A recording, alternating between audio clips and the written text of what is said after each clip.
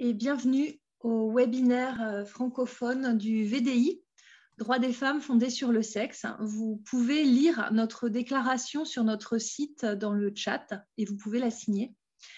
Alors aujourd'hui, la séance, elle est placée sous le signe des bonnes nouvelles, des initiatives enthousiasmantes, un procès gagné et des bonnes résolutions.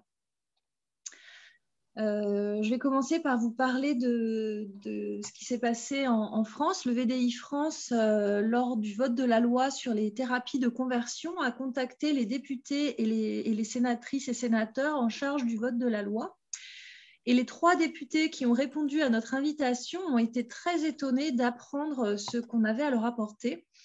Elles ne connaissaient pas le problème et elles ont compris en 5 minutes en quoi l'introduction de la notion d'identité de genre dans une loi qui était censée concerner les thérapies de conversion concernant les personnes homosexuelles, en quoi cette introduction de la notion d'identité de genre n'avait rien à voir avec l'homosexualité et surtout en quoi l'identité de genre pose problème.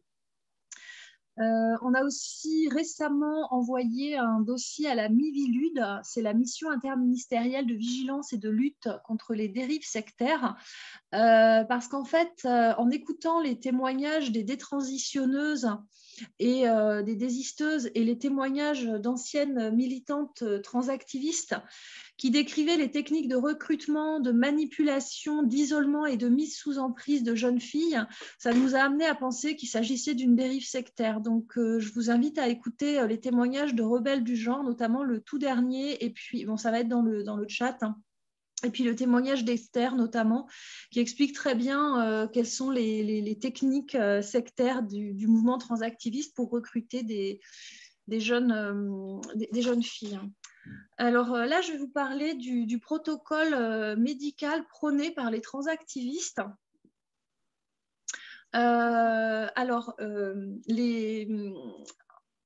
Les transactivistes nous disent qu'il faut prendre en compte les enfants transgenres parce que les enfants transgenres, ce seraient des enfants qui auraient une identité de genre différente de leur sexe assigné à la naissance.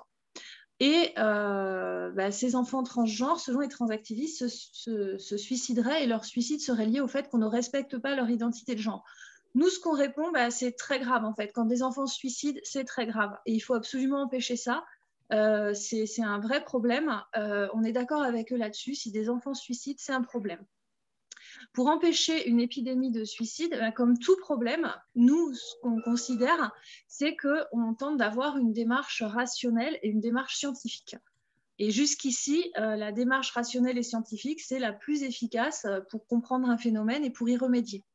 Comme on est rationaliste, on considère qu'avant de chercher une explication à un phénomène, ici des enfants trans, il faut vérifier que ce phénomène existe. On ne peut pas trouver une cause à un phénomène qui n'existe pas. Ça, c'est la démarche rationnelle. Avant de chercher une cause, on vérifie que le phénomène existe. Donc, est-ce qu'il existe une catégorie d'enfants qui serait par essence transgenre et qu'on aurait méconnu jusque dans les années 2000 à peu près? Ça pose question. Avant, ils n'existaient pas, ces enfants. Maintenant, il y en a de plus en plus. Et en plus, on nous dit qu'ils se suicident. Donc, c'est grave qu'ils se suicident, mais c'est quand même étonnant.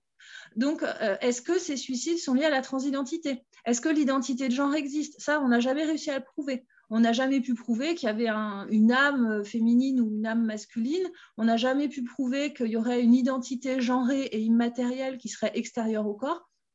Et surtout, on n'a jamais pu définir à quoi ça pouvait correspondre. Et ça, ce serait aux transactivistes de démontrer que ça existe et de le démontrer et non pas de l'affirmer. Le problème de l'identité de genre, c'est que c'est une vérité indémontrable et infalsifiable. Or, c'est-à-dire qu'on ne peut pas démontrer que c'est vrai ou que c'est faux. Or, toute affirmation scientifique doit être falsifiable. Sinon, ce n'est pas une affirmation scientifique, mais c'est une croyance. Quand il y a des vérités scientifiques, il faut pouvoir les démontrer, potentiellement démontrer que c'est faux. Tu voulais dire vérifiable, en fait. Tu as dit falsifiable, Marie.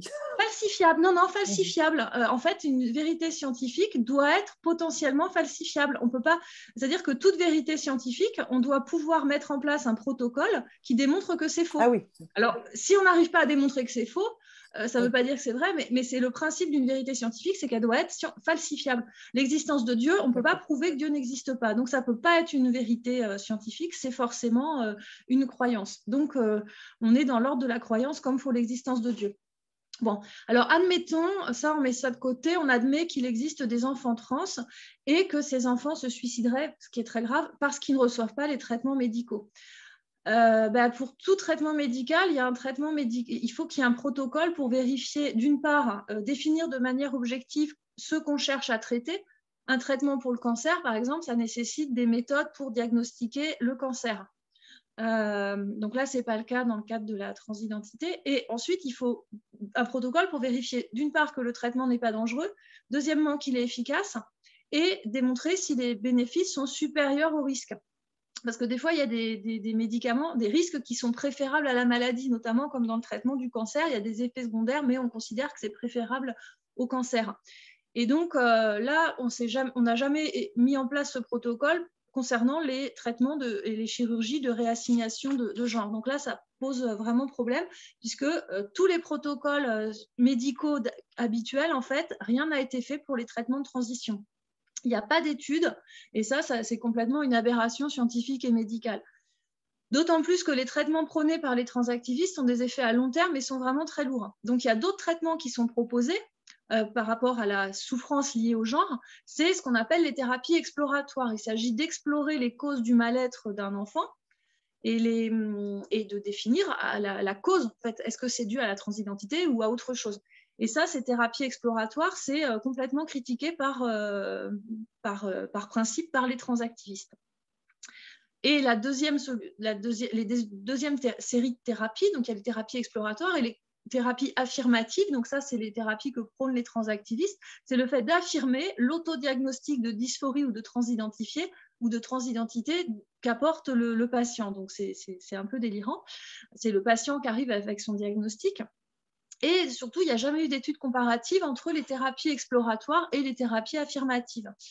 Ensuite, pour qu'il y ait un traitement médical, il faut qu'il y ait une maladie.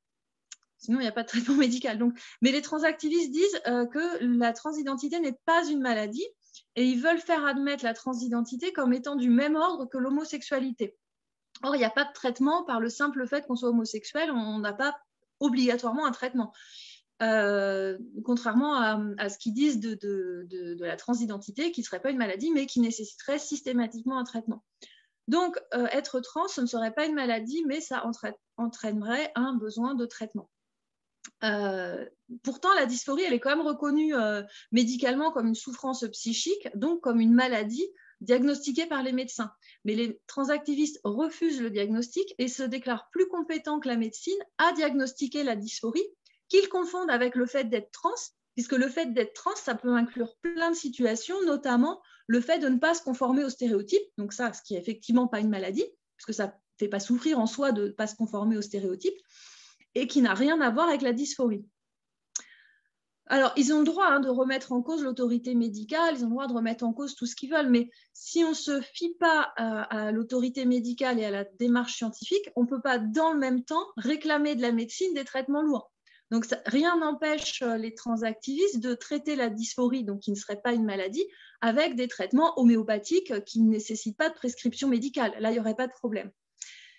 Et puis ensuite, dernier point, avant de réfléchir aux causes d'un phénomène, il faut voir s'il existe. Est-ce qu'il existe réellement des enfants transgenres? Si oui, pourquoi ce phénomène est nouveau? Est-ce que les enfants dits transgenres se suicident plus, ce qui serait vraiment un problème, mais ça, pour l'instant, on ne le sait pas. Et surtout, est-ce que la transition médicale permettrait de diminuer le nombre de suicides? Parce que c'est quand même ça le but, en fait, de faire en sorte que les enfants ne se suicident pas. Et qu'est-ce qui permet efficacement de diminuer le nombre de suicides? Ce qui est un vrai problème très grave. Donc, le prochain webinaire sera sur la fabrique de l'enfant transgenre. On va en parler. D'où vient cette idée d'enfant transgenre? Il y a un livre que je ne sais pas si vous voyez de Caroline Eliachev et Céline Masson sur la fabrique de l'enfant transgenre. Donc, et aussi, voilà, en France, l'Académie de médecine met en garde sur les surdiagnostics de dysphorie d'enfants transgenres et met en garde aussi sur la surexposition aux réseaux sociaux qui pourrait être une des raisons de cette explosion de demandes de transition. Et on n'a toujours pas de protocole pour vérifier que les traitements sont utiles et voilà tout ce que j'ai expliqué sur les protocoles médicaux, et surtout pas de recherche pour réellement faire baisser le nombre de suicides, qui est quand même le but de toute personne adulte vis-à-vis des enfants. Je vais maintenant laisser la parole à Ghislaine, qui va nous parler d'une enquête américaine.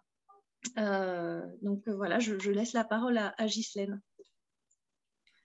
Oui, alors bonjour à toutes. Merci Marie. Je vais continuer un peu. Je vais continuer sur le thème que vient d'aborder Marie. Et puis, je vais vous donner quelques bonnes nouvelles à ce sujet-là.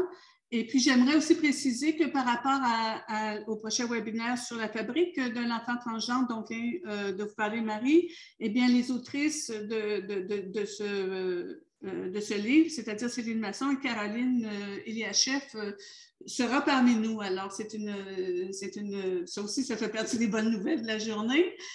Autre bonne nouvelle de la journée, bien ici au Québec, c'est la fête des mères. Alors, je souhaite à toutes les femmes du Québec, les mères du Québec, un bon anniversaire, et à vos mères, pour celles qui n'ont pas d'enfants. Alors, cette semaine, pour continuer sur le thème de Marie, les protocoles de traitement de la dysphorie du genre. Alors, est parue cette semaine dans la revue américaine Pediatrics, qui a publié les résultats d'une recherche intitulée Gender Identity 5 Years After Social Transition, que je traduirais par l'identité de genre 5 ans après la transition sociale. Donc, les auteurs de cette recherche ont publié que les résultats de cette recherche, qui portait sur 317 jeunes ayant fait une transition sociale. Alors, ils ont démontré que 94% d'entre eux qui avaient fait une transition à un âge précoce, c'est important quand même de le préciser, avaient persisté dans leur transition 5 ans après. Il me semble que l'âge moyen était autour de 6 ans là, pour cette transition, cette étude-là. Alors, dans cette étude, il y avait, comme on s'y attend maintenant, 2 fois plus de jeunes filles, de jeunes enfants féminins, dysphoriques, que de garçons. Ce qui est, on le sait, est contrairement le double du ratio, c'est une inversion en fait, c'est une inversion de ratio de ce qu'était la dysphorie du genre avant 2006. Et les 2 tiers avaient reçu des inhibiteurs de puberté et ou des hormones de l'autre sexe, ensuite, là, après la transition sociale. Alors, cette étude soulève autant de questions qu'elle fournit de réponses. Alors, les auteurs affirment, et là, c'est une citation que j'ai traduite, « Bien que nous ne puissions jamais prédire la trajectoire exacte du genre d'un enfant, ces données suggèrent que de nombreux jeunes qui s'identifient comme transgenres à un stade précoce et qui sont soutenus pendant la transition sociale continueront à s'identifier comme transgenres 5 ans après la transition sociale initiale. » Alors, c'est une affirmation qui vient très étroitement corroborer et confirmer les observations qui avaient été faites, et même, j'ai envie de dire, les prédictions qui avaient été faites par l'expert clinicien canadien Kenneth Zucker, qui affirmait la phrase suivante en 2019. Alors, le docteur Zucker disait « La transition sociale des enfants prépubères », la transition sociale, donc ça veut dire le fait de lui confirmer ou de le valider qu'il est de l'autre sexe, changer son nom, demander à son environnement de le nommer de l'autre sexe, c'est ça que ça veut dire. Donc, la transition sociale des enfants prépubères augmentera considérablement le taux de persistance de la dysphorie de genre par rapport aux études de suivi des cohortes d'enfants qui n'ont pas reçu ce type d'intervention psychosociale. L'intervention psychosociale dont il est question, c'est la transition.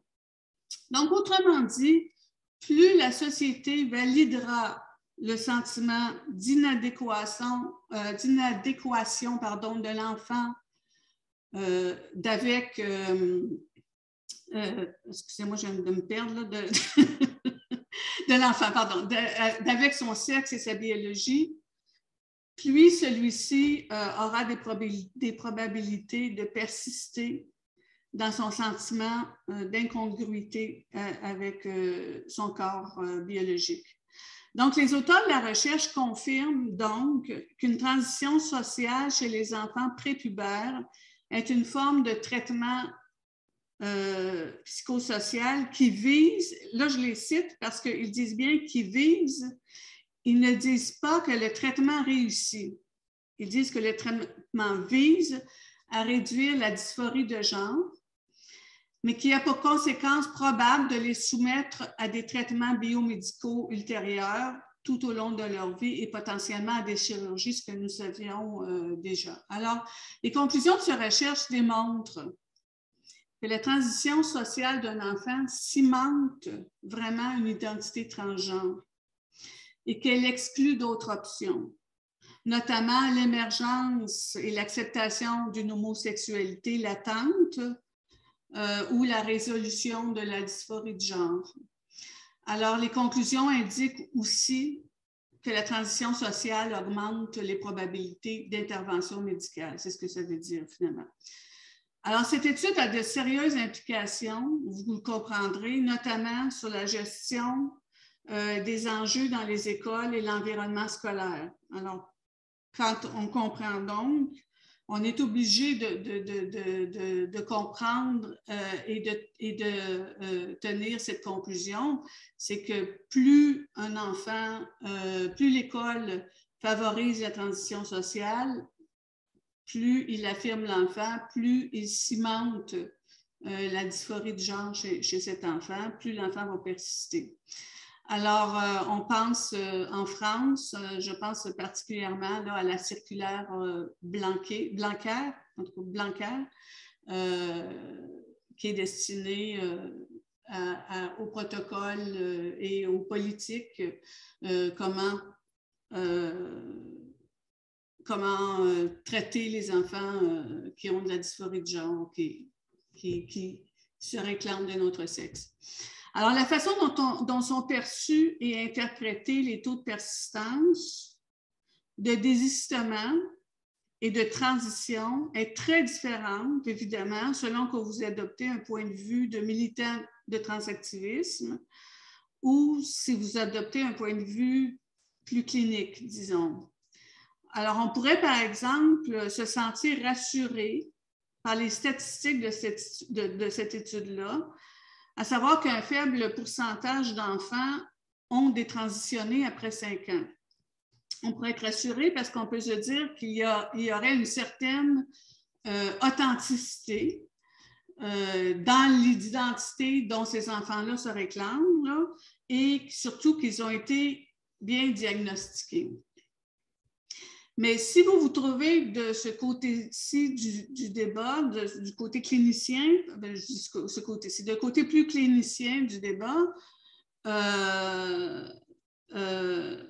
excusez-moi, là, je recommence, excusez-moi. Alors, si vous vous trouvez de ce côté-là du débat, vous vous réjouissez, vous interprétez que la majorité des enfants qui le proclament sont automatiquement transgenres. Ce sentiment d'appartenance à l'autre sexe est constant, durable et permanent puisque moins de 4%, 5% détransitionnent. Alors, conséquemment, les décisions irréversibles qui sont prises seraient solidement arrimées sur un sentiment valide et permanent. Alors, les enfants auraient une sorte d'essence identitaire,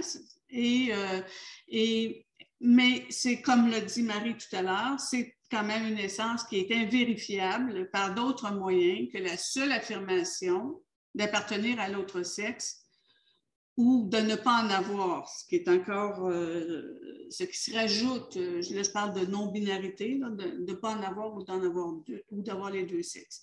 Alors, vous pouvez aussi interpréter ces statistiques d'un autre point de vue.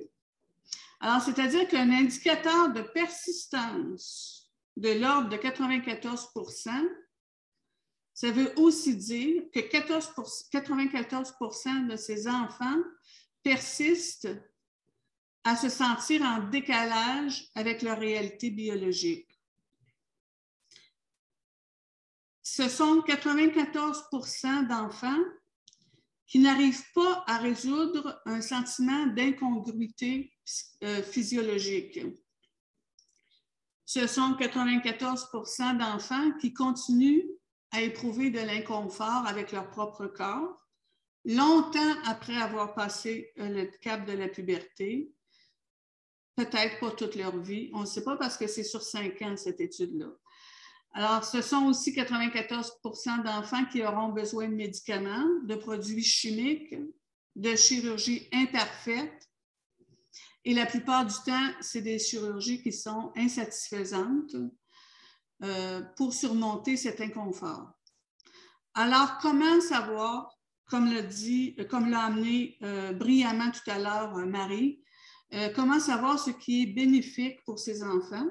Et surtout, quelle est la meilleure façon de traiter cet inconfort? Quelles sont les causes de cet inconfort? Est-ce que le traitement améliore la santé psychologique de l'enfant? Quels coûts physiologiques sont acceptables? Alors, les recherches sur ce sujet ne peuvent pas et ne doivent pas se résumer à mesurer les taux. Vous comprenez maintenant que les recherches là, ne peuvent pas se résumer à mesurer les taux de persistance ou de désistement parce que ça parle, mais en soi, sous ces taux-là, existent beaucoup de questions, de questionnements, d'interrogations.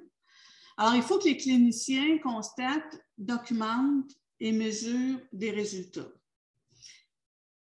Est-ce que les transitions sociales, médicales et chirurgicales sont efficaces pour soulager la dysphorie? Lesquelles le sont? Lesquelles ne le sont pas? Est-ce qu'ils le sont pour tous? Est-ce qu'au contraire, la biomédicalisation exacerbe la détresse? Est-ce que les hormones de l'autre sexe ont les mêmes effets sur les garçons et sur les filles?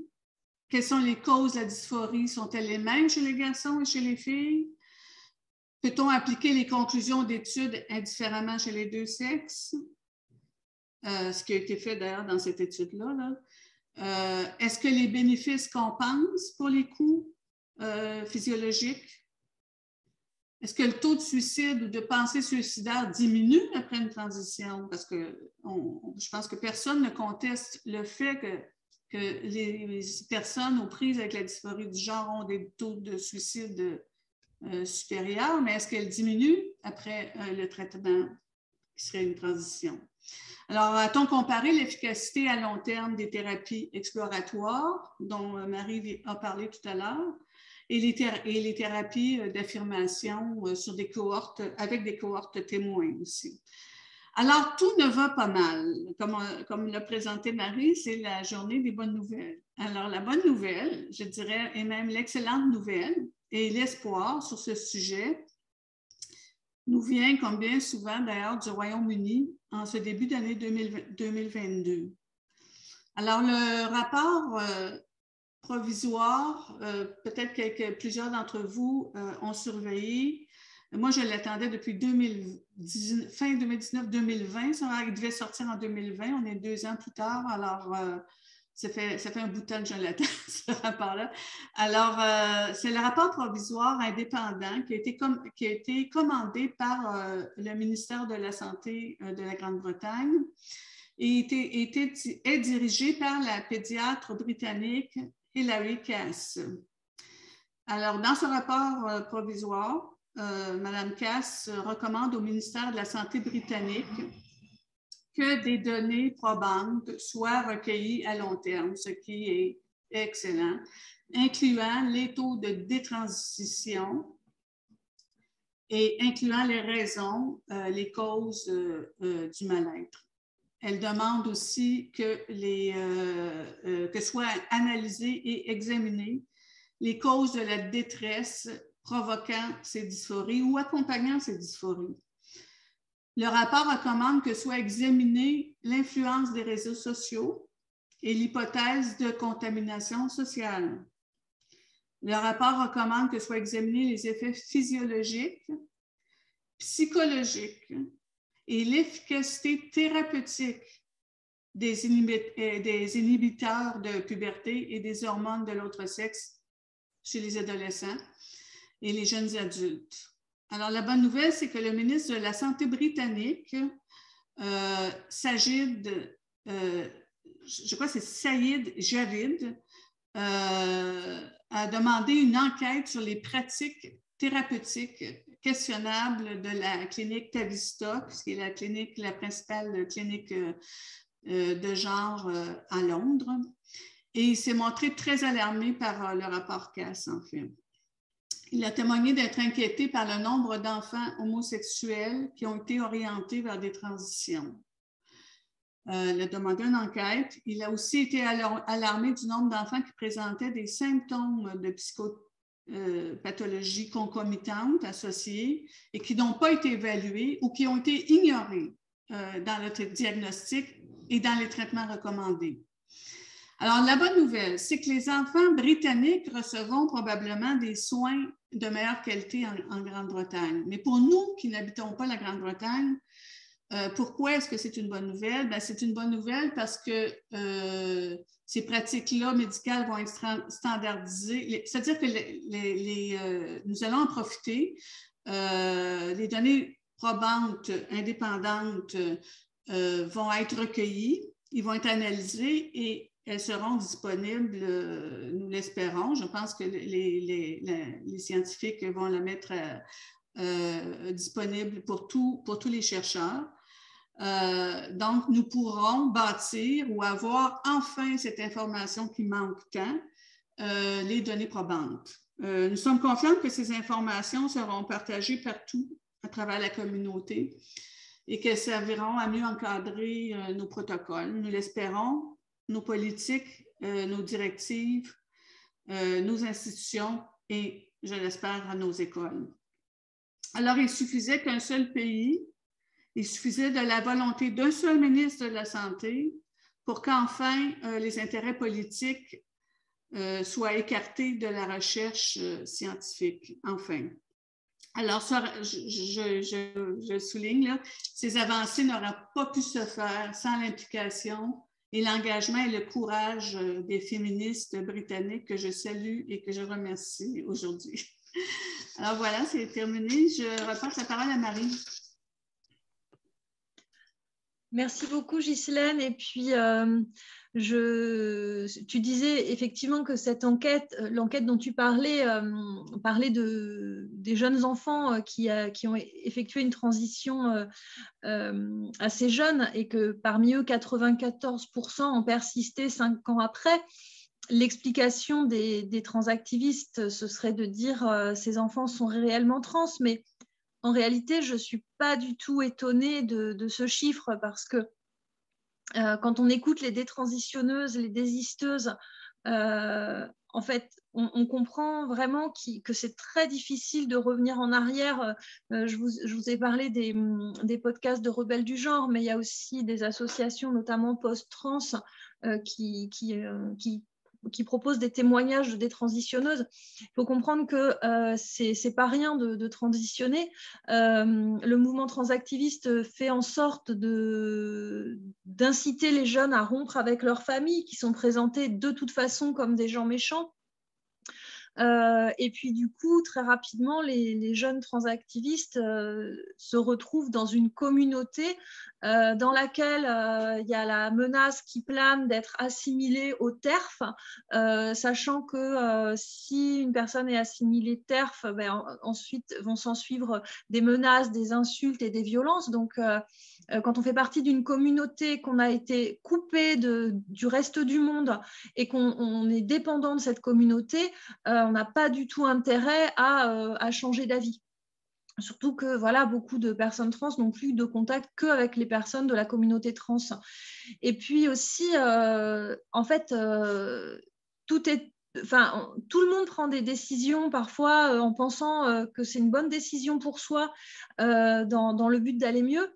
Et puis, des fois, on se trompe, ça arrive à tout le monde. Mais dans le cas d'une transition, c'est une décision tellement énorme. Il a tellement fallu parler à sa famille, essayer de les convaincre que oui, c'est une très bonne solution, que c'est très, très dur déjà de s'avouer à soi-même qu'on s'est trompé quand on est allé très loin. Et puis, c'est difficile de dire, de revenir vers sa famille et de dire, en fait, je me suis trompée. Donc, en fait, tout ça, ça rend difficile le fait de revenir en arrière. Voilà. Et puis aussi le fait que quand on a pris des traitements hormonaux, revenir en arrière, ça demande un suivi médical également, et que pour l'instant, il n'y a pas grand-chose au niveau médical pour les détransitionneuses. Donc voilà pourquoi ce chiffre ne m'étonne pas vraiment en fait. Maintenant, je vais passer la parole à Stéphane, qui est militante au VDI et qui va nous parler de la situation en Suisse et des enfants médicalisés. Bonjour, bonsoir. Je veux juste rebondir un peu. Merci Ghislaine et Marie pour ces rapports. Par rapport à l'étude américaine, c'était donc des petits-enfants. Et c'est quand même important de savoir que la plupart d'entre eux, vu que l'âge moyen c'était entre 6 et 12 ans, n'étaient pas passés par la puberté. Et on sait que la puberté, c'est l'âge où on découvre on confirme ou on découvre en tout cas cette sexualité. Et de demander si des enfants persistent 5 ans après une transition sociale alors qu'ils ne sont pas forcément passés par la puberté ou alors qu'elle a été bloquée, moi je ne suis pas scientifique, mais ça ne paraît pas très solide en fait comme constat scientifique, de se dire il y a des petits-enfants, on les a appelés Marie au lieu de les appeler Gaston, et on leur a donné des bloqueurs de puberté et ils sont toujours d'accord qu'on les appelle Marie. Voilà, c'est moins scientifique, mais c'est par rapport à ce qu'on entend les détransitionneurs et les détransitionneuses nous dire, c'est que vraiment de passer par la puberté et d'atteindre l'âge adulte leur a permis de se rendre compte qu'ils avaient fait de mauvais choix. Ensuite, je vais vous parler de la Suisse, mais je voulais juste rebondir aussi sur les autres bonnes nouvelles, parce qu'en Suisse, c'est plus une petite anecdote, mais en Suède, le Conseil national de la santé, en février, a pris position, enfin, ça faisait 1 an depuis la décision de l'hôpital Karolinska, qui, lui, avait décidé de cesser de donner des hormones aux mineurs. Et la Suède s'est donné 1 an pour décider que faire au niveau national, et ils ont décidé d'encadrer très strictement, en fait, l'hormonothérapie aux mineurs, ça ne peut se faire que dans le cas de recherche et d'études. Mais donc, en gros, les mineurs, à moins d'être dans le cadre d'une étude, ne devraient plus recevoir de bloqueurs de puberté et d'hormonothérapie. Et la Suède, comme vous allez entendre plein d'autres pays, prône en fait cette thérapie exploratoire qui est déjà prônée par d'autres médecins ou d'autres pays comme la Finlande avant la Suède. Donc, c'était une très bonne nouvelle que la Suède fasse ça. Je pense que Marie vous parlera de la France. Je voulais aussi vous dire qu'en Floride, le Conseil de la santé de Floride a émis aussi des directives qui vont dans le même sens. Alors, elles ne sont pas strictes, mais ils disent, voilà, nous vous invitons, quand vous avez des enfants dysphoriques, à leur donner une thérapie exploratoire plutôt que des hormones, parce que les données que nous avons sur la dysphorie du genre et les traitements hormonaux pour les jeunes ne sont pas du tout probantes. Et tous les médecins de Floride ont reçu cette petite circulaire qui leur disait voilà nos nouvelles directives. Donc ça, c'est assez chouette par rapport aux USA. Je voulais aussi vous dire qu'il y a un livre américain qui était sorti, je crois, en 2020, qui était le livre de l'année du journal The Economist qui s'appelait en anglais Irreversible Damages de Abigail Shrier, qui vient de sortir en français. Il s'appelle Dommages irréversibles, comment le phénomène transgenre séduit les adolescentes. Et ce livre était vraiment important quand il est sorti. Il a vraiment contribué à ce que le public découvre en fait ce qui se passait au niveau des traitements médicaux des jeunes en questionnement, de cette augmentation exponentielle des jeunes filles qui n'existait pas avant. Il n'y avait pas de jeunes filles qui s'identifiaient comme étant de l'autre sexe ou comme étant transsexuelles, et maintenant on dirait transgenre. Et Abigail Shrier était une des premières à sonner l'alarme, à interroger des personnes trans adultes, des détransitionneuses, des médecins, et notamment la chercheuse Lisa Littman qui avait fait cette première étude sur, qui venait des parents qui disaient voilà, mon enfant s'identifiait transgenre après avoir passé beaucoup de temps sur les réseaux sociaux. Et celle qui a, Lisa Littman, elle avait dit, ça s'appelle ROGD, ça veut dire la dysphorie de genre à déclenchement rapide, qui est un titre ou un nom très contesté par les milieux transactivistes, mais il n'empêche qu'ils ne peuvent pas réfuter le fait que, peu importe comment on l'appelle, il y a de plus en plus d'adolescents et d'adolescentes, et notamment de jeunes filles, qui tout d'un coup se disent être de l'autre sexe, voire, comme a dit Ghislaine, d'aucun sexe, étant non-binaire. Donc, ce livre sort en France, traduit. Recommandez-le, lisez-le et faites-le lire, parlez-en autour de vous parce que c'est vraiment un livre qui permet de bien comprendre le phénomène, qui est un peu plus long, mais qui contient des témoignages que le livre La fabrique de l'enfant transgenre de Caroline Eliachef et Céline Masson, dont je vais vous parler maintenant, juste pour vous dire qu'en Suisse, la bonne nouvelle, c'était que la semaine passée, le Centre de psychanalyse de Suisse romande avait invité Caroline Eliachef et Céline Masson à présenter La fabrique de l'enfant transgenre à leurs membres. La conférence devait se tenir à l'Université de Genève. J'étais là en tant que militante féministe et aussi vice-présidente d'une association de parents d'enfants ROGD, donc de parents d'adolescents qui tout d'un coup s'identifient comme transgenres. Il y avait pas mal de parents, mais c'était principalement des psychanalystes et des psychiatres et des psychologues qui étaient là. Et la conférence n'avait pas encore commencé, c'était sur Zoom et en présentiel, qu'une petite bande de transactivistes assez jeunes est arrivée avec des casseroles, un mégaphone et a interrompu, enfin a fait un grand discours sur la transphobie, le meurtre, que tout le monde voulait les tuer, que ça n'allait pas avoir lieu, qu'on ne débattait pas avec les transphobes. Ils avaient un grand signe qui disait la transphobie tue. Ils ont scandé plusieurs fois psy, transphobe, assassin. Donc la conférence a été arrêtée, enfin elle n'avait pas commencé, a été arrêtée. Elle s'est déplacée dans un lieu privé. On a perdu quelques personnes en route, mais finalement elle s'est tenue. Il y avait plus de 120 personnes, je crois, sur Zoom, et on était 80 tous serrés dans une petite pièce. À discuter du livre et aussi après de ce qui s'était passé. Parce qu'en Suisse, le phénomène de cancel culture que Joe, qui avec nous connaît bien, ce n'était pas encore arrivé. Que des gens arrivent avec des banderoles, les cheveux toutes les couleurs, le mégaphone, et puis refuser de débattre, refuser de s'asseoir, parce que Céline Masson, il y a pas mal de gens, dont un adulte transactiviste qui allait leur dire « arrêtez, asseyez-vous ». Donc, c'était exclu. Mais la bonne chose, sur le moment, on était tous assez choqués, il y a eu des discussions intéressantes, mais c'est que la presse qu'on essayait désespérément de joindre pour parler du livre de Céline et de Caroline, la presse a dû réagir, non seulement à cette pensée totalitaire qui refuse le débat, au fait que l'université a un peu condamné mollement en disant oui, mais bon, voilà, on n'est pas d'accord.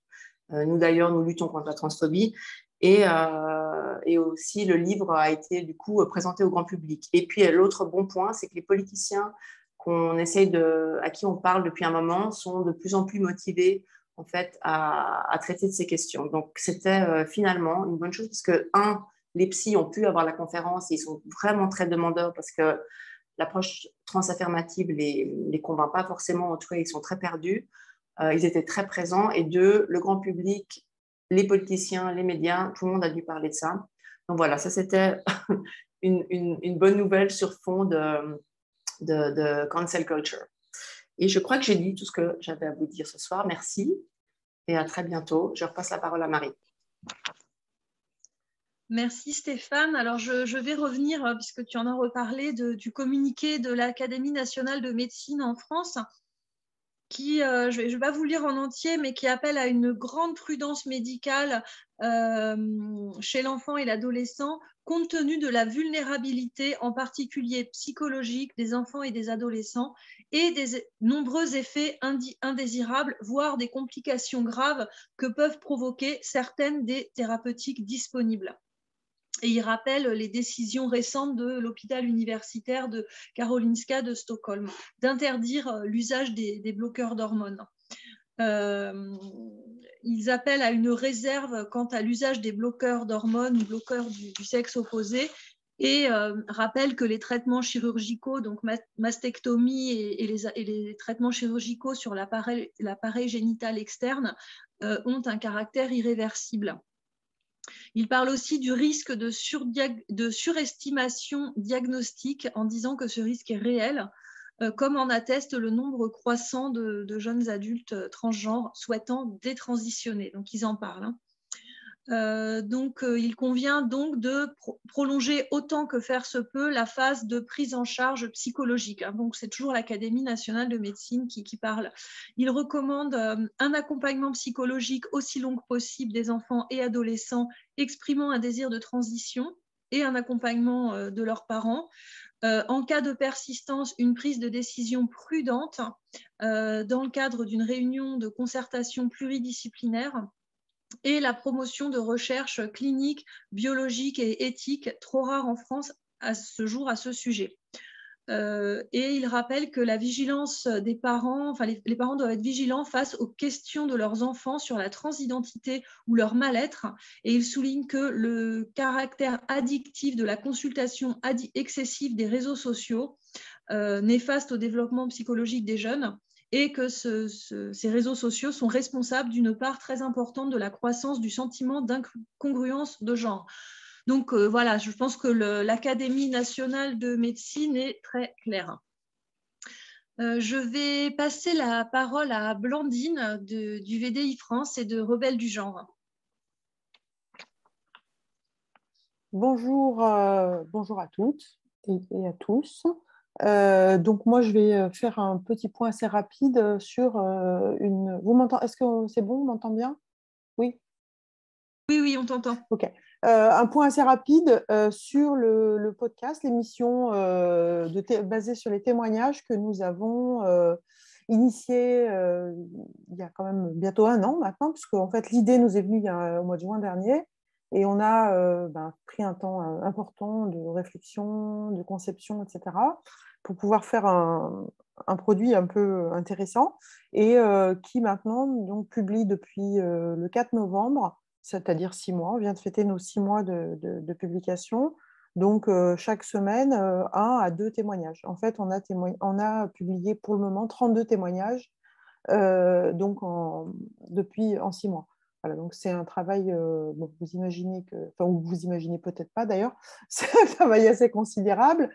Mais la bonne nouvelle, c'est que c'est un travail qui paye en fait, qui paye parce que qu'est-ce qu'on peut en dire? On peut en dire que là j'ai zappé, donc j'espère que vous m'entendez toujours parce que je suis sur mon ordi, je regarde mes statistiques. Oui, on t'entend. Alors, on est principalement on est sur quasiment tous les réseaux sociaux, alors sauf TikTok. Et je pense qu'il faudrait qu'on y aille parce que c'est là que sont les adolescents. Et puis, c'est vraiment le mordant du transactivisme aujourd'hui, le TikTok. Mais on a un peu des sueurs froides à l'idée d'aller là-dessus. Mais sinon, on est sur Facebook, on est sur Instagram, on est sur Twitter, donc avec sont des médias sociaux qui ont des publics différents, complémentaires, je pense, en termes d'âge et en termes de profil et en termes d'habitude aussi de navigation. Donc, ce qui nous permet quand même d'avoir maintenant beaucoup d'abonnés. Alors, beaucoup, non, beaucoup, il ne faut pas exagérer non plus, on n'a pas des millions d'abonnés. On a aujourd'hui presque 2000 abonnés sur Instagram.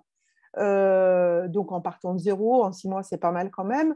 Et on a 700, à l'instant, on était à 711 abonnés sur YouTube, qui ne fonctionnent pas du tout pareil. Alors, c'est des médias qui fonctionnent chacun très différemment.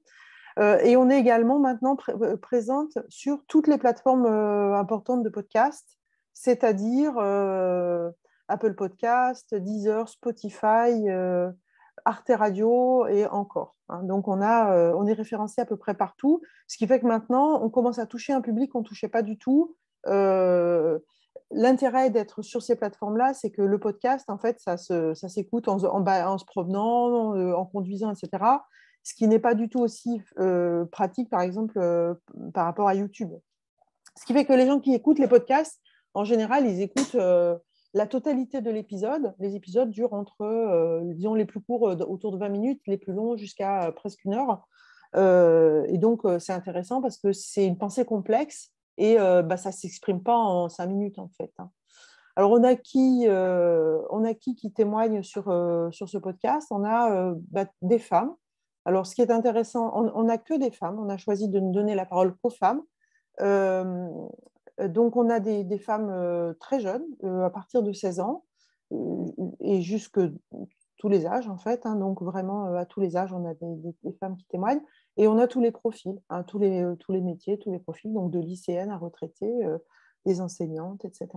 Voilà. Et on a des points de vue complémentaires, en fait, qui arrivent. Donc, on a, par exemple, des femmes qui racontent finalement un peu de l'extérieur, qui sont ni transitionneuses, ni familles de personnes qui transitionnent, mais qui sont des femmes et qui voient leurs droits réduits, affectés, etc., par tout ça, puis qui s'inquiètent. On a eu quelques pointures qui ont témoigné. Donc, on a eu notamment Dora Muto, qui est une youtubeuse et surtout instagrammeuse, avec 800, je crois qu'elle a dans les 800 000 abonnés, donc ça a amené évidemment beaucoup de trafic. On a également Tastésia, qui est une youtubeuse critique du genre, qui a également une grosse audience et dans les féministes, mais qui est ouvertement féministe radicale, mais qui a une audience vraiment très large dans le milieu du féminisme et qui du coup amène beaucoup de femmes à questionner la posture du féminisme libéral. On a aussi des femmes qui ont témoigné avec une posture d'analyse. Par exemple, on a Radcan qui aujourd'hui a un blog que je vous invite à suivre. Hein.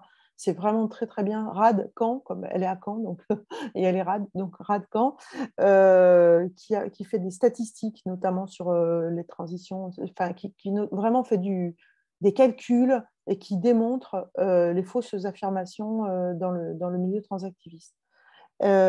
Également, on a eu Émilie, qui est ingénieure en statistique, hein, qui nous a fait une démonstration sur les trans ne meurent pas plus que la population générale. Mais on a également Floriane, qui est une ex-transactiviste, qui a témoigné, qui a une pensée très rationnelle, très, très construite, et qui démontre tout son parcours de l'embrigadement, finalement, de la gentille militante qui veut blesser personne, à sa compréhension de l'impact sur les droits des femmes.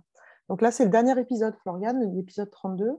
Et puis, on a aussi des histeuses et des détransitionneuses qui témoignent. Donc, des histeuses et des transitionneuses, bon, la différence, je pense que vous la connaissez, hein, ça dépend de à quel moment elles s'arrêtent, en fait, dans la transition. Donc, on a plutôt des désisteuses pour le moment. Voilà. Alors, qu'est-ce qu'on peut dire du podcast, maintenant que je l'ai décrit? Déjà, là, on a dépassé entre YouTube et Instagram, on a dépassé les 80 000 vues. Les 80 000 vues, les 80 000 fois où quelqu'un a passé un temps important. Donc, par exemple, sur YouTube, c'est un peu plus de 12 minutes en moyenne à écouter un témoignage. Sur YouTube, ça fait 6600 heures cumulées d'écoute. Et sur Instagram, c'est à peu près la même chose. Donc, on a aujourd'hui, voilà, j'ai fait le point tout à l'heure, 83 000 personnes, enfin, ce n'est pas des personnes uniques, puisqu'il y a des gens qui écoutent la totalité des épisodes, évidemment, mais donc on a quand même une audience qui se développe. Le rythme de croissance, il est aux alentours selon les semaines, entre 5 et 10% de croissance par semaine. Alors, ça veut dire que, en fait, même si on ne fait rien, en fait, le podcast, il trouve son audience et on voit tous les jours des nouveaux abonnés qui arrivent, qui s'interrogent et qui laissent des commentaires. Alors, sur YouTube, c'est vraiment intéressant pour ça parce qu'il y a beaucoup d'échanges et on a eu des commentaires comme bien, je m'interrogeais, j'envisageais une transition. Finalement, je me rends compte que mon problème n'est pas là et je renonce. On a eu des témoignages comme ça. On a eu des personnes qui nous ont dit j'ai passé tel épisode à des amis et j'en ai une qui a décommandé la mastectomie qui était programmée. Donc, il y a au moins une femme qui était en phase ultime de transition, puisqu'elle en était à en fait, à la mutilation. Et elle a renoncé. Donc, nous, on est trop contentes quand on a évidemment des témoignages comme ça. Et en fait, on en a quand même pas mal. Donc, des témoignages qui sont soit sous forme de commentaires, soit sous forme de messages qu'on nous adresse. Voilà, donc n'hésitez pas à utiliser le podcast dans l'argumentation. Je vais vous envoyer quelques liens dans le chat. Donc là, je vais mettre dans le chat. Déjà, il y a un truc qu'il faut savoir, c'est qu'on a ce qu'on appelle un Linkfly.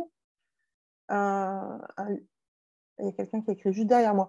Remonter d'un message, donc il y a un Linkfly. Dans le Linkfly, c'est le lien qui est marqué linkfly.to, rebelle du genre.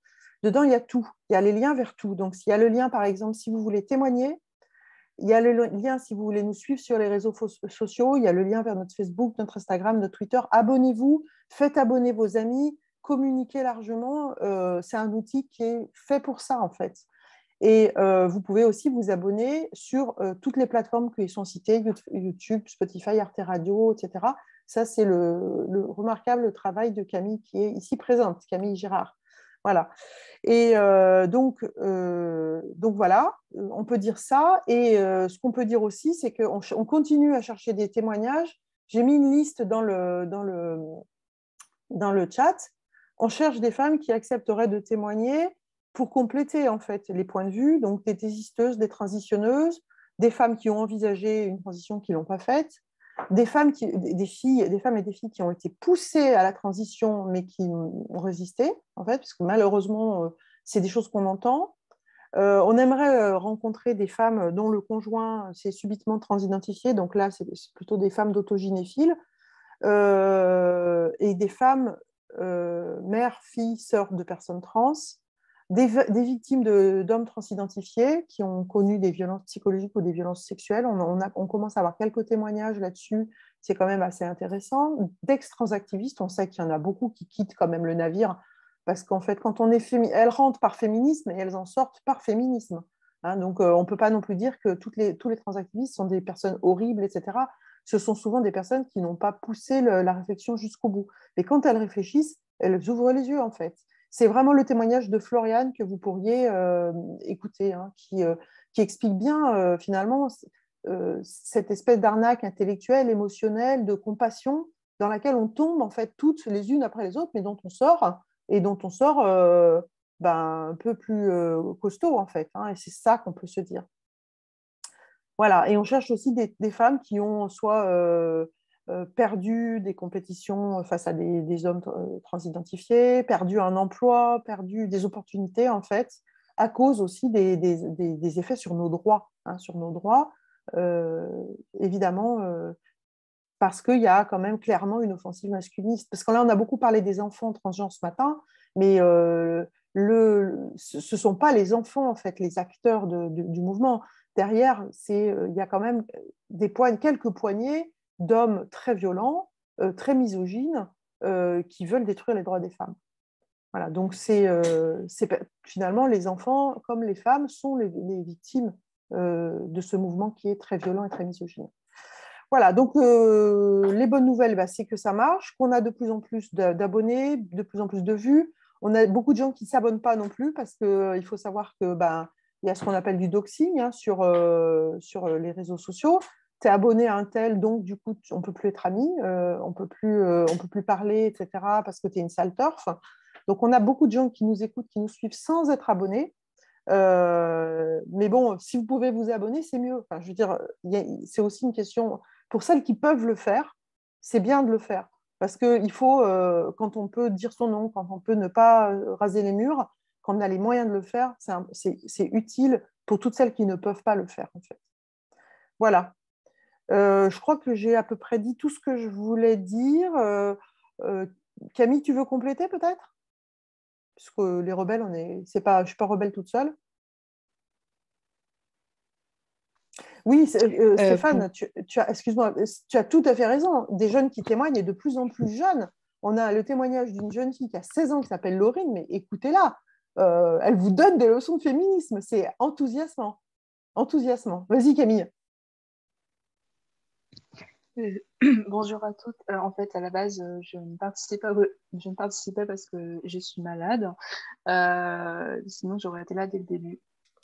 Blandine, je pense que tu as fait à peu près le tour de ce qu'on pouvait dire. Moi, j'ajouterais bien que je suis vraiment très émue à chaque fois qu'on fait une interview et qu'on a un nouveau témoignage.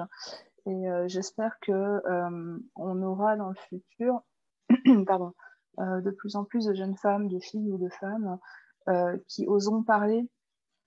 Soit si vous avez été désisteuses, si vous avez transitionné, peu importe, si vous êtes si vous avez des proches, des jeunes femmes dans votre famille, moi c'est le cas, parce que par exemple j'ai une sœur qui est transidentifiée. J'espère que vous aurez l'opportunité de venir témoigner avec nous, sachant qu'on peut vous garantir un anonymat total, ça il n'y a aucun problème. On fait toujours très très attention à ne pas exposer les femmes qui nous font confiance. Et voilà, j'espère que j'aurai le plaisir de vous lire et puis de vous rencontrer sur Zoom. Voilà, c'est tout ce que j'avais à dire. Merci. Merci Camille. Donc je pense que pour Rebelles du genre, on a dit tout ce qu'on voulait dire. La bonne nouvelle aussi, je vais vous dire franchement, c'est que la petite équipe que nous sommes est très soudée et que ça fait vraiment du bien de sentir qu'on fait quelque chose qui marche quand même dans un océan de désolation et d'inquiétude en fait. Voilà, donc au moins, enfin, voilà, on a le sentiment de ne pas rien faire. C'est déjà énorme. Merci Blandine et merci Camille. Alors, on avait dit qu'on parlait de bonnes nouvelles. On va continuer puisque Valérie Pelletier revient pour nous dire qu'elle a gagné son procès. Valérie Pelletier, elle est aussi connue sous le nom d'artiste Legal Tender. C'est une militante féministe radicale québécoise de 41 ans, femme bisexuelle qui pratique consciemment le lesbianisme politique depuis plusieurs années et choisit de ne s'associer qu'avec des femmes. Survivante de la prostitution, maintenant devenue intervenante sociale, conférencière, entrepreneure sociale et chanteuse, elle s'implique aussi avec PDF Québec pour les droits des femmes du Québec et avec le CAFES, collectif d'aide aux femmes exploitées sexuellement. Valérie va nous faire un retour sur son litige avec une organisation pour femmes qui l'avait injustement congédiée pour supposée transphobie et son récent dénouement positif après 2 ans de démarchage à la Cour des petites créances. Et elle va aussi nous parler de militance, des différentes stratégies, de l'importance selon elle de la non-violence, de l'attitude à avoir pour ne pas se retrouver drainé de son énergie vitale, du lâcher-prise et aussi des difficultés ajoutées au fait de militer à partir d'un stress post-traumatique. Elle prône notamment d'orienter ses actions de manière à se sentir irresponsable. Irréprochable, contrairement aux transactivistes qui, eux, s'en fichent complètement d'être irréprochables et qui ne se sentent pas responsables justement de leurs actes. Voilà, je te passe la parole. Allô!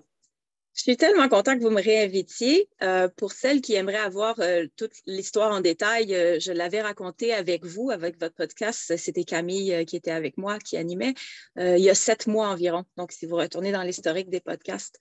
Et puis, ben là, je vous dirais que à chaque fois que je suis avec vous, je me sens comme tellement la sororité m'envahit, puis je suis fière de chacune d'entre vous. Blandine et Camille, le travail que vous faites avec Rebelles du genre est incroyable. Les petites vidéos super chouettes que Ghislaine fait avec le WDI Québec.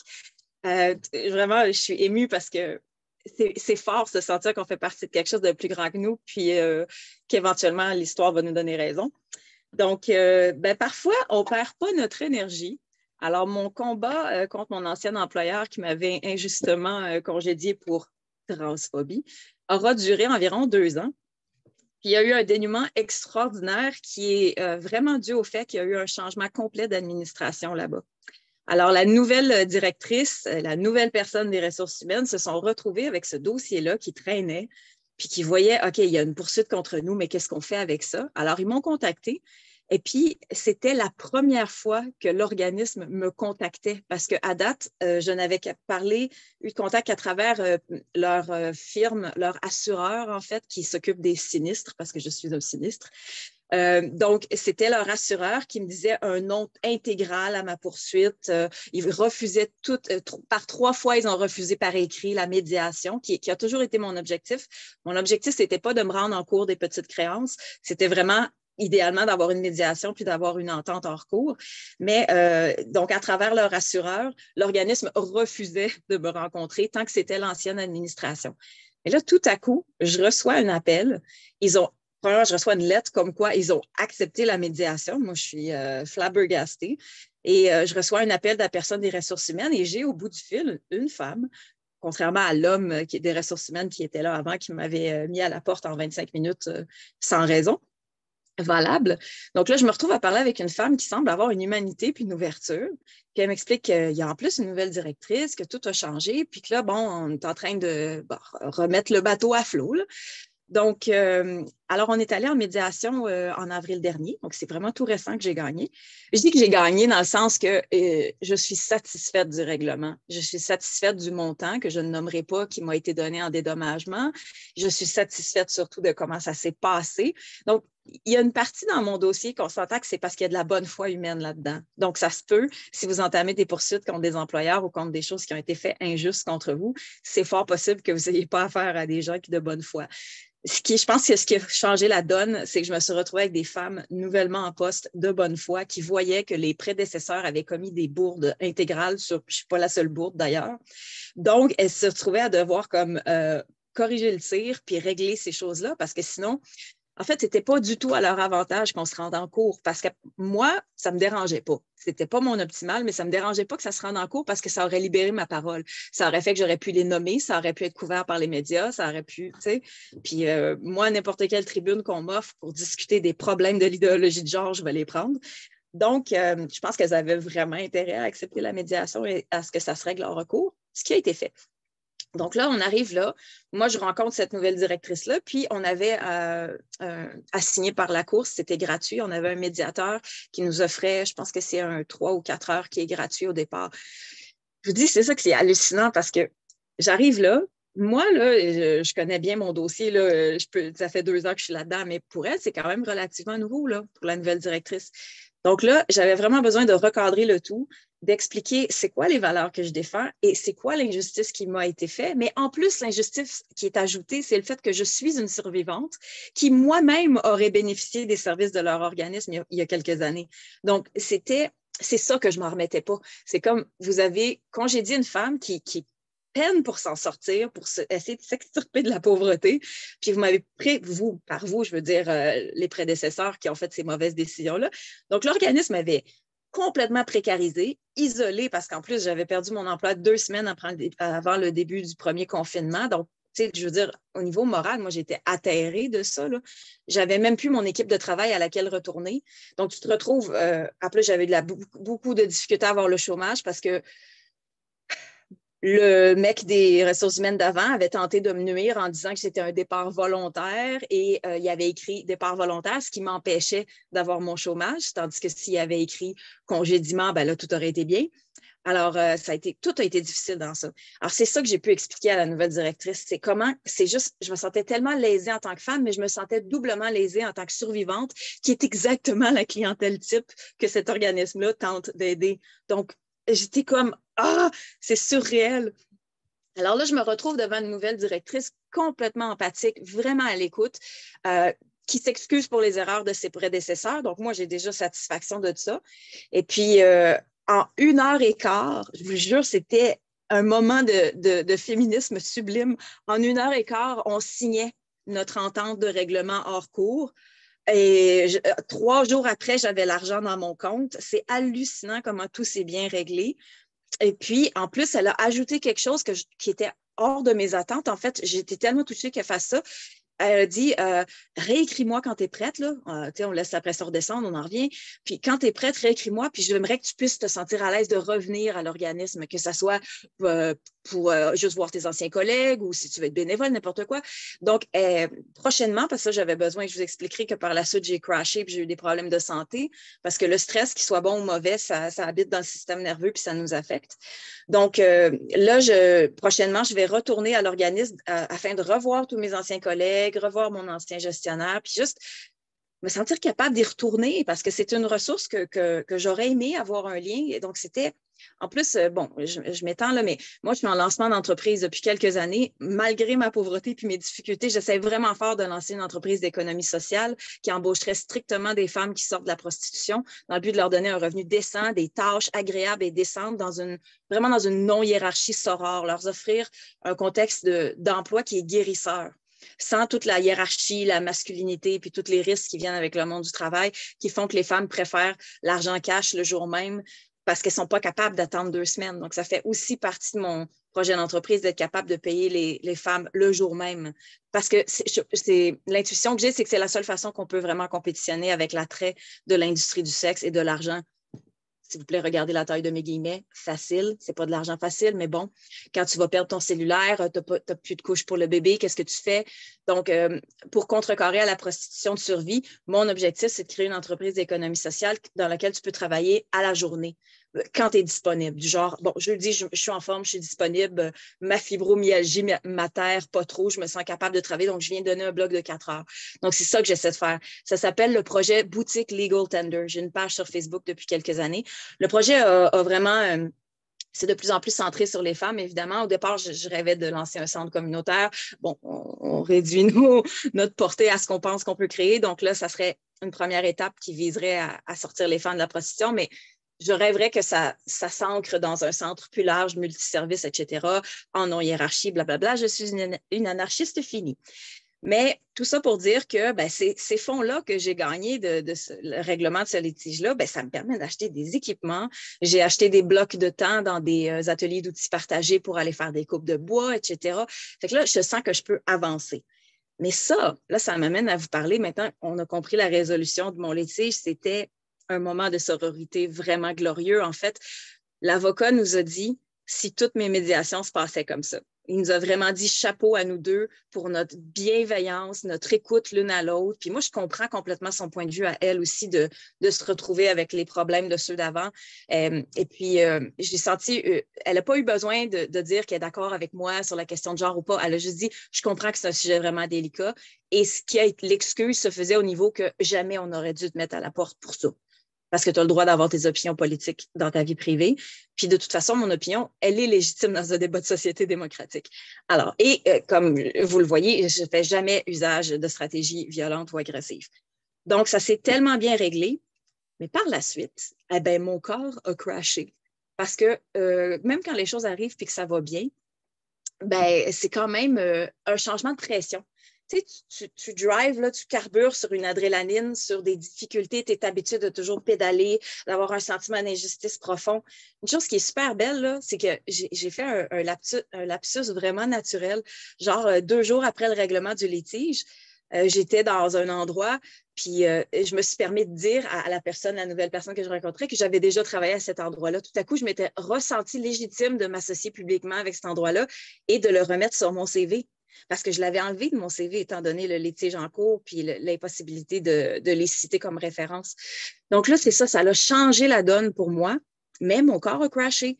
J'ai eu des gros problèmes de santé qui ont mené à la semaine dernière à être diagnostiquée avec de la haute pression à 41 ans. C'est n'importe quoi. Apparemment, ça serait héréditaire aussi, donc c'est tout ça à prendre en compte. Et pour celles qui ne parlent pas à leur famille comme moi, ça reste intéressant, l'historique familial au niveau médical. C'est une chose qui me faisait penser, par exemple, les enfants adoptés ou les personnes qui n'ont pas accès à leur profil médical héréditaire, de savoir que une de mes jeunes cousines a commencé à faire de la haute pression il y a 3 ans. Ça fait comme, OK, donc c'est vraiment dans la famille qu'on en fait. Bon, je fais des apartés, mais tout ça pour dire... J'ai envie, pour le reste du temps que j'ai, si tu peux me remettre à l'ordre, Marie, de combien de temps il me reste, j'aurais envie de discuter, entre autres, de militance, de stratégie, de façon de porter la militance puis de le vivre dans son corps. Environ un quart d'heure. C'est parfait. Puis aussi, parler un petit peu de ce que je dis, que le sentiment d'être irréprochable, c'est vraiment comme ça que j'avance dans la vie. C'est difficile parce que tu essaies d'émettre le mieux que tu peux dans l'univers. Donc, tu émets des textes dont tu es fier de ta parole, tu produis du contenu, tu t'engages dans des discussions, puis tu es fier de ta retenue. Tu es fier de ne pas te laisser emporter par la colère, puis tout. Bon, c'est ça, ça part d'un gros travail de croissance personnelle. Ça doit faire 12 ans que je suis en thérapie, là, on and off. Puis j'ai notamment fait une thérapie de 15 semaines sur la colère parce que c'était vraiment un problème en moi. Puis là, il faut comprendre, il y a une colère qui est légitime chez les femmes. Je veux que vous soyez fâchés, mais d'être en colère au niveau de la compréhension que ça n'a pas d'allure, qu'il faut combattre des choses, ça ne veut pas dire de se faire vivre l'agitation intérieure perpétuelle qui vient avec. Donc, ce que j'engage les femmes à dire, c'est pas parce que ta colère n'est pas lancée avec tout un excès, avec monter le ton et tout. Ta colère n'a pas besoin d'avoir des manifestations externes. Au contraire, tu es moins bien reçu puis moins bien entendu si tu n'as pas l'air d'être dans une position de maîtrise de soi puis d'arriver avec des propos raisonnés puis calmes. Donc, c'est vraiment important de maîtriser ta colère, puis ta colère n'est pas moindre parce que tu ne l'exprimes pas avec tout l'esthétisme de la colère. Puis à la fin de la journée, quand tu te fais vivre ça en dedans, tu le vis pour vrai. Ton système nerveux central, il le vit pour vrai, puis ça te prend vraiment du temps à en redescendre. Puis certaines d'entre nous, ça nous met vraiment à risque de retomber dans de la consommation. Moi, c'est connu, c'est le cannabis. Là. Je retombe constamment dans le besoin d'automédicamenter quand je n'arrive pas à gérer bien mes émotions. Donc, ce que j'essaie de communiquer, c'est qu'à la fin de la journée, là, tant par les stratégies qu'on choisit d'utiliser dans notre militance, donc ça veut dire des stratégies non violentes, ça veut dire maîtriser sa colère, ça veut dire ne pas causer tort ou violence. Mais je ne sais pas pour vous, là, mais moi, je dors vraiment bien. Moi, je suis vraiment en paix avec tout ce que j'envoie dans l'univers parce que c'est toujours propre. Ça, c'est mon vocabulaire à moi, j'appelle ça propre versus sale. Puis je trouve que on ne peut pas me remettre des choses, puis on ne peut pas faire « oui, mais toi, là. » Je me sens irréprochable. Ça veut dire que j'ai conscience, au niveau du lâcher-prise, que j'ai aucun contrôle sur comment ce que je fais est reçu. Parce que ce que je fais est reçu d'une façon, tant qu'il n'y a pas un momentum social, que la pensée est prête à changer, je vais être reçue comme je suis reçue. Mais moi, pendant ce temps-là, avec constance, j'émets un contenu sur lequel j'ai réfléchi, j'ai vraiment appliqué une pensée critique. Je me sens super à l'aise avec tout ce que j'envoie dans l'univers. Donc, franchement, je me couche le soir puis je me sens irréprochable. Et c'est comme ça que je survis à la militance. C'est en comprenant que je n'ai du contrôle que sur mon propre output, sur ma propre émission. Je n'ai pas de contrôle sur la réception. Mais si votre émission de contenu est impeccable, il y a vraiment une paix intérieure à trouver là-dedans. Et je le sais à la fin de la journée que je suis du bon bord de l'histoire. Puis je sais que dans 10 ans, on va avoir raison. C'est pénible. Je ne dis pas que ce n'est pas souffrant, là, mais je ne peux pas comprendre, je reviens aux stratégies des transactivistes qui sont les plus violentes que j'ai jamais vues. Pire, honnêtement, parce que bien avant de militer contre le transactivisme, contre l'idéologie de genre, je militais pour l'abolition de la prostitution, qui devrait être mon premier et seul unique combat. Par contre, on fait diversion, parce que là, on arrive avec la GPA. Il y a tout le temps quelque chose qui nous fait déraper et perdre des droits des femmes. Donc, je n'ai pas le choix d'être sur tous les différents combats, parce que si on le comprend conceptuellement, c'est un seul et même combat. C'est le patriarcat sous différentes manifestations esthétiques chiantes et obnubilantes sur lesquelles il faut réagir. Donc là, moi, dans la question de la prostitution, je trouvais déjà les stratégies des pro-travail du sexe super violentes. Ça va de nous insulter, nous injurier, puis pas prendre en compte qu'en fait, on est presque toutes des survivantes, là, les militantes pour l'abolition. Soit on est des survivantes, soit on est des femmes qui comprennent que la prostitution touche tout le monde. Et puis, je vais faire un aparté aussi pour dire que moi, j'en ai marre de ce clivage-là. J'ai pas envie d'être... Richard, c'est pas très aidant. J'ai pas envie d'être dans le clivage des sortes de femmes, de dire moi, j'ai le vécu dans mon corps, donc je suis plus légitime. Moi, j'ai beaucoup de respect quand je vois, par exemple, quand j'ai la chance de parler dans les écoles, puis que je vois une jeune de 16 ans qu'elle n'a pas eu besoin de vivre la prostitution dans son corps pour comprendre que c'est de la merde, que c'est l'enfer, puis que ça va lui créer un trauma duquel elle va devoir se remettre. Et j'ai une admiration folle pour les personnes qui n'ont pas besoin de passer par un chemin pour le comprendre puis qui n'ont pas eu les conditions de vie qui les ont prédisposées. Donc, elles ont un certain calme intellectuel qui leur permet de réfléchir d'une façon, d'éliminer des options qui n'étaient pas éliminables pour moi parce que j'avais pas autant de choix, puis tout de ma vie encourageait à tomber dans l'exploitation sexuelle, y compris mon père qui était mon chauffeur, qui est décédé d'ailleurs, je vous l'apprends, le 23 décembre, je l'ai trouvé décédé. Puis ça aussi, c'est toutes des choses très lourdes dans mon système nerveux qui a amené au fait que j'ai crashé, j'ai fait de la haute pression, j'ai eu beaucoup de migraines, j'ai eu des douleurs intestinales, ma colite ulcéreuse s'était réactivée. Fait il faut vraiment être à l'écoute de son corps, puis militer comme on le fait, avec la fougue qu'on le fait, en opérant à partir de trauma puis de stress dans le corps. Il faut tellement être dans le self-care. En fait, je pense qu'on ne peut pas militer si on ne fait pas une part égale de soins, de self-care pour soi-même. Donc, que ça passe par aller prendre des marches, écouter des bons audiobooks, avoir des petites routines avec des huiles essentielles, trouver ce qui marche pour vous, mais il faut prendre des temps où on décroche et puis où est-ce qu'on tente juste de s'ancrer puis de se grounder dans soi-même. Parce qu'on tend à être comme tellement agité par la militance. Il faut vraiment se ramener à soi. Il faut avoir un bon réseau d'amis. Il faut avoir des sœurs qui sont là pour nous, qui comprennent ce qu'on vit. Bon, je m'éparpille. Qu'est-ce que je voulais dire d'autre?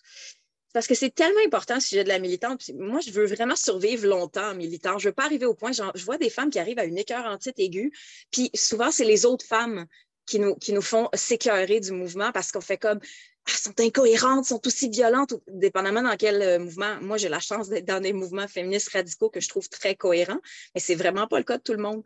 Alors,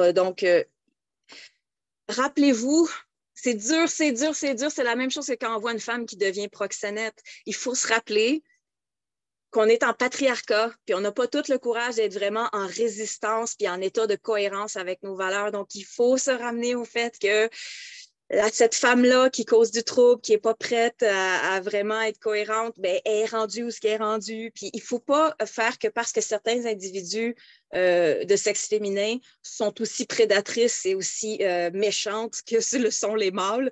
Il ne faut pas balayer du revers de la main parce que ça reste au niveau de l'idéologie dans notre mouvement. Il y a une cohérence je veux dire, la cohérence, c'est si tu es contre l'exploitation sexuelle, ben, tu es contre l'exploitation reproductive. Donc, tu es contre, en fait, tout ce qui est dissociatif qui t'amène à être foncièrement contre la dysphorie de genre comme un inévitable parce que, je veux dire, c'est super dissociant.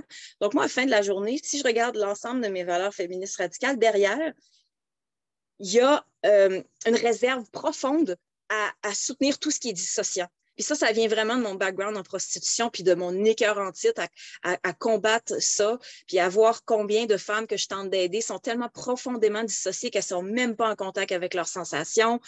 Elles n'arrivent pas à trouver une zone de calme intérieur. Donc, c'est ça. Croissance personnelle, se tenir au courant du mouvement qu'on appelle le soin informé par le trauma, donc en anglais Trauma Informed Care. Malheureusement, il y a beaucoup plus de références anglophones à date, mais en fait, je planche là-dessus de tenter de rendre ce contenu-là disponible en français de mon côté. C'est difficile parce qu'on est vraiment minoritaire, là. Je veux dire, moi, j'habite dans le village gay qui est en train de se rebrander village inclusif au lieu de village gay. C'est n'importe quoi. On recule partout. L'effacement des femmes, l'effacement des lesbiennes, les dommages qui sont causés à nos jeunes. C'est sans fin. Donc, vous avez raison d'être en colère. Il faut être en colère. Mais je fais une anecdote. Je suis aussi musicienne de rue. Puis, à un moment donné, il y a une femme, elle m'a vraiment elle m'a marquée parce qu'elle passe puis elle dit « Tu chantes toujours des chansons tristes, toi. » Ça m'avait vraiment affectée parce que c'est vrai que techniquement parlant, je chante des chansons plutôt tristes dans le sens des paroles. Tu sais, Patsy Cline, Crazy, ben, c'est triste. Donc, là, ça m'a affectée, mais après, je me suis surprise, je me suis dit, OK, mais essaie de chanter ces chansons-là tristes avec le sourire, puis on en reparlera. Parce que oui, j'aime le contenu lourd, oui, j'aime ça être dans les débats d'idées tout le temps, mais en fait, c'est mon attitude qui fait que c'est digestible, que j'arrive à le porter, que j'arrive à survivre à la militance. Donc, c'est ça, j'essaie de vous communiquer. Ça me bouille dans la tête depuis à peu près 1 an là, de discuter de militance puis de comment ils survivent. C'est pas facile, mais ça passe vraiment par le self-care puis par le réseautage avec d'autres femmes parce que doutez pas que j'ai une poignée de féministes radicales que je peux appeler à n'importe quel moment pour vider un trop-plein puis débriefer quelque chose puis de me demander est-ce que ma conclusion clinique de ma vision de telle chose, est-ce que ça a de l'allure? Qu'est-ce que tu en penses? Est-ce que je passe trop à travers mon propre filtre de mes propres références? Est-ce que je suis capable d'être objective? C'est toutes les questions importantes qu'il faut se demander. Si vous faites un travail à la fois intellectuel rigoureux et que vous prenez soin de vos émotions, c'est un lieu extrêmement stimulant, la militance, là. Moi, j'aime vraiment ça. Puis je vous aime. Fait que j'ai fait le tour de tout ce que je voulais dire. Je prône foncièrement la non-violence pour ce que ça dit de nous. Parce que de s'abaisser aux stratégies des agresseurs, que ce soit le doxing, que ce soit le harcèlement, les insultes misogynes, non, c'est non parce que ça nous change, nous, à l'intérieur. Donc voilà, c'est ce que je voulais vous partager aujourd'hui, puis je vous aime. Merci Valérie. Mais on va arriver à la fin de ce webinaire, mais voilà, c'était le webinaire Bonne Nouvelle, donc merci. Alors moi, j'ai quelques petites recommandations à vous faire. Déjà, signer la déclaration des droits des femmes fondée sur le sexe. Lisez le livre Ventre à louer, une critique féministe de la GPA. Voilà, qui vient de sortir. Et puis aussi, rejoignez-nous, rejoignez l'équipe. On a besoin de vous aussi, notamment pour travailler sur les montages vidéo des webinaires qui sont ensuite mis sur YouTube. Et puis, toute autre compétence bienvenue. Et puis aussi votre volonté de venir participer. Voilà, et puis venez assister au prochain webinaire. Donc le 3 juin, il y aura une conférence avec Céline Masson et Caroline Eliachef à propos de leur livre La fabrique de l'enfant transgenre dont je vous ai parlé tout à l'heure. Et puis, le 3 juillet, ce sera sur les conséquences de la transition sur la santé des personnes trans avec Nicole Attea, qui est gynécologue et endocrinologue. Le 3 août, comment la question de l'identité de genre évolue en Afrique francophone. Le 4 septembre, ce sera sur les principes de Jogjakarta, qui sont à la source de l'idéologie transgenre et de son déploiement. Et le 2 octobre, alors c'est encore sous réserve parce que c'est dans longtemps, que nous apprennent les situations du Royaume-Uni où des voix commencent à s'opposer, on en a parlé, à l'opposition à l'hormonation des enfants et adolescents. Et les situations au Canada qui vit les conséquences les plus aiguës des ravages de la mise en pratique de l'idéologie transactiviste. Voilà, je remercie toutes les conférencières. Et puis, on va terminer encore une fois sur une vidéo du VDI Québec. Et cette fois-ci, il s'agit d'une fémage aux femmes qui ont le courage de défendre leurs droits basés sur le sexe et de les revendiquer. Elles le font à une époque où elles doivent rétablir les faits et les bases du féminisme et rappeler que la misogynie et le masculinisme peuvent revêtir les formes les plus étonnantes et un visage progressiste.